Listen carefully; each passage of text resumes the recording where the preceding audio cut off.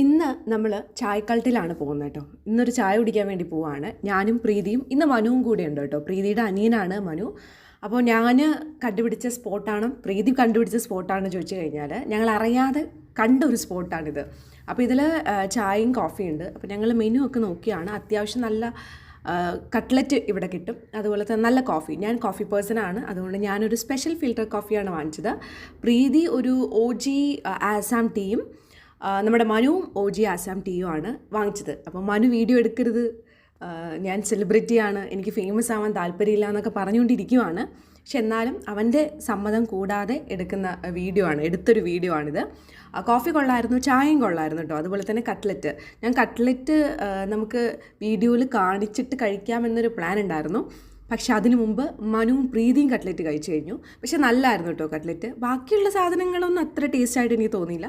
പക്ഷേ ചായ, coffee, cutlet ഇതൊക്കെ കൊള്ളായിരുന്നു. ഓക്കെ, അപ്പോൾ ഇതാണ് ഇന്നത്തെ സ്പോട്ട്, ട്രിവാൻഡ്രം മരപ്പാലം.